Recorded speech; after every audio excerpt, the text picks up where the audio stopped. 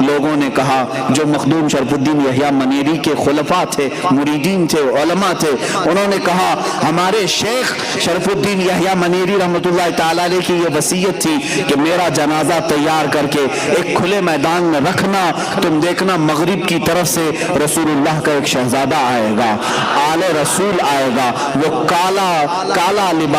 کالی ایک چادر اپنے اوپر اوڑھا ہوگا اور وہ ساتوں قراتوں کا قاری ہوگا، حافظ ہوگا۔ اور یہ تک انہوں نے بتایا مخدوم شرف الدین یحییٰ منیری رحمۃ اللہ علیہ نے اپنے خلفاء سے، تم میں سے کوئی بھی جنازہ پڑھانے کی جرات نہ کرنا، میرا جنازہ وہ سید الاشراف پڑھائے گا جو اپنی ایک سلطنت کو چھوڑ کر آ رہا ہوگا، بادشاہ چھوڑ کر آ رہا ہوگا۔ مخدوم اشرف سمنانی سے جب لوگوں نے کہا، آپ نے فرمایا جس اشرف کا انہوں نے تذکرہ کیا ہے وہ میں ہی ہوں۔ سارے علماء و صلحاء نے آپ کے ہاتھ پر ہاتھ رکھا اور آپ کو آگے بڑھایا۔ حضرت مخدوم شرف الدین یحییٰ منیری رحمۃ اللہ تعالی علیہ کا جنازہ آپ نے بشارت کے اعتبار سے خود پڑھایا، پھر وہاں سے آپ نے پھر سفر فرمایا۔ عزیزو، میں آج تفصیل ذکر کروں گا میرے مخدوم سمنا رحمۃ اللہ تعالی علیہ کی۔ آپ حضرت مخدوم علاء الدین پنڈوی رحمۃ اللہ تعالی علیہ کی ملاقات کے لیے بنگال مالدہ جا رہے ہیں۔ سفر بڑا کٹھن ہے، دریاؤں کا بھی سفر ہے، پہاڑوں کا سفر ہے، جنگلات کا سفر ہے، پیروں میں سوجن آ چکی تھی، لیکن سفر یہ تھکن کبھی نہیں لاتا تھا، تھکان سے چور نہیں ہوتے تھے، سفر ہی سفر ہے۔ حضرت مخدوم علاء الحق پنڈوی رحمۃ اللہ تعالی علیہ اپنی خانقاہ میں ان کا کیا حال تھا؟ اللہ، بڑے بڑے مجاہدے کرنے والے لوگ، وہاں پر حال یہ تھا کہ لوگ 15 سال 20 سال تک مجاہدے میں بیٹھے ہوتے تھے۔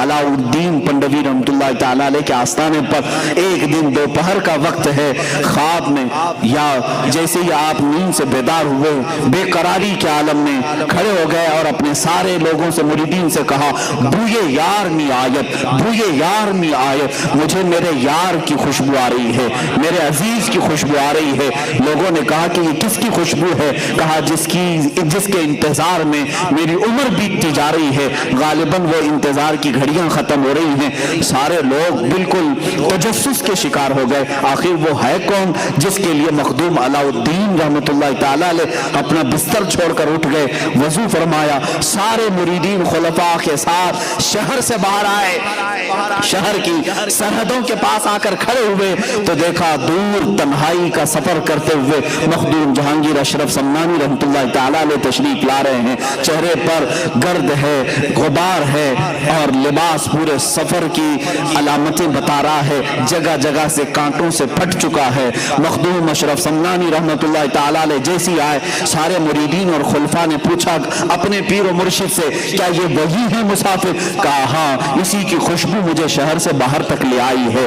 آپ خود باہر آگے بڑھ کر کے مخدوم سمنا رحمۃ اللہ تعالیٰ علیہ کے چہرے مبارک کو اپنے سینے سے لگایا، ان کی پیشانی پر بوسہ دیا اور پالکی منگوائی، کہا کہ اس سید زادے کو پالکی پر بٹھاؤ۔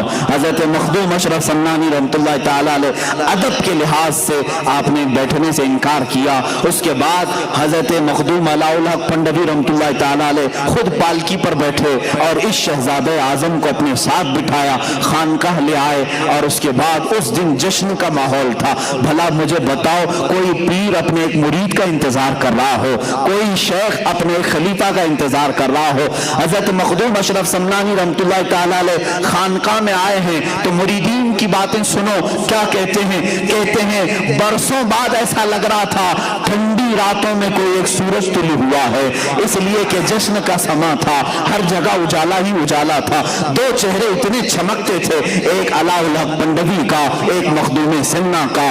دسترخوان بچھایا گیا ہے، دسترخوان بچھائے گئے، اعزاز میں روٹیاں رکھی گئیں، سالن لائے گئے اور وہاں پان کی گلوریاں پیش کی جاتی تھی، پان کھائے جاتے تھے۔ مخدوم سمنا رحمۃ اللہ تعالیٰ علیہ دسترخوان پر سامنے بیٹھے ہیں۔ علاء الحق پنڈوی رحمۃ اللہ تعالیٰ علیہ سب سے پہلا جملہ کیا فرمایا؟ اولیاء کا دسترخوان بھی کیسا ہوتا ہے؟ کہا تشت لاؤ ہاتھ دھلانے کے لیے، ہم بھی دسترخوان پر ہاتھ دھلاتے ہیں۔ مخدوم سمنا سے ان کے شیخ نے کہا، بیٹا فرزند اشرف، اپنے ہاتھ دھو لو دنیا کی ہر لذت سے، دنیا کی ہر لذت سے ہاتھ دھو لو.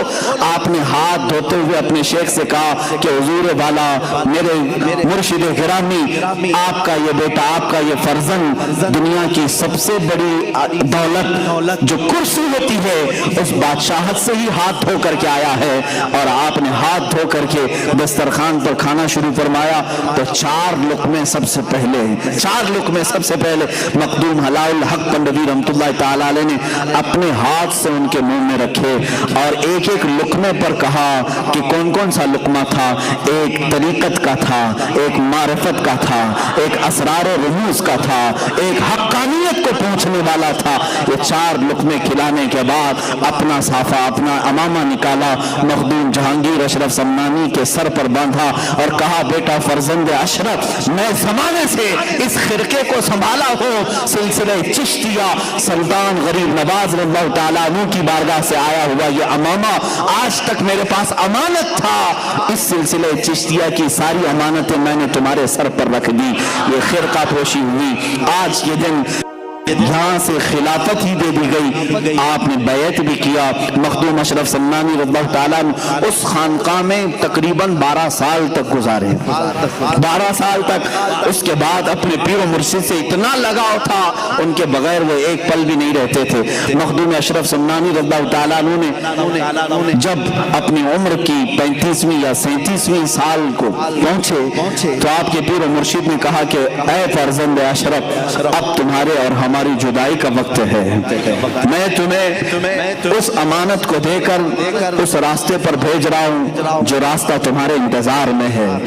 تمہیں یہ ساری امانتیں اس لیے دی گئی ہیں کہ تم دین رسول کی تبلیغ کرو، رسول کریم صلی اللہ تعالیٰ علیہ وسلم کی سنتوں کی تشہیر کرو.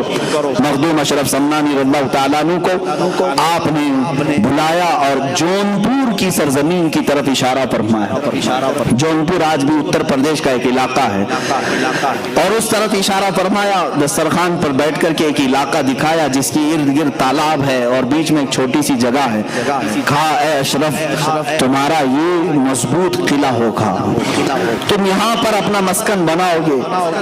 آپ نے اصرار کیا کہ حضور مجھے اپنے ساتھ اپنی صحبت میں رکھیں. آپ نے فرمایا یہ امانتیں اس لیے دی جاتی ہیں کہ خلق خدا کو اس سے تم فیضیاب کرو.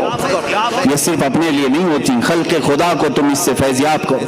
حضرت مخدوم اشرف سمنانی رضی اللہ تعالیٰ عنہ اس وقت اپنے پیر و مرشد سے فرماتے ہیں حضور جس علاقے میں آپ مجھے بھیج رہے ہیں وہاں پر ایک شیر ہے، اس شیر کے چنگل میں مجھے آپ بھیج رہے ہیں. آپ نے تھوڑی دیر تک انتظار فرمایا اور کہا شیر اگرچہ ہوگا لیکن تمہاری تربیت یافتہ ایک چھوٹا سا بچہ اس شیر کے لیے کافی ہو جائے گا.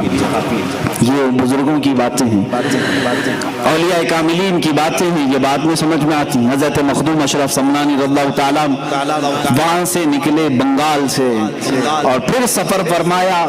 حضرت مخدوم سمنا رحمت اللہ تعالیٰ علیہ جب جانے لگے تو وہاں پر ایک عجیب سا سما تھا.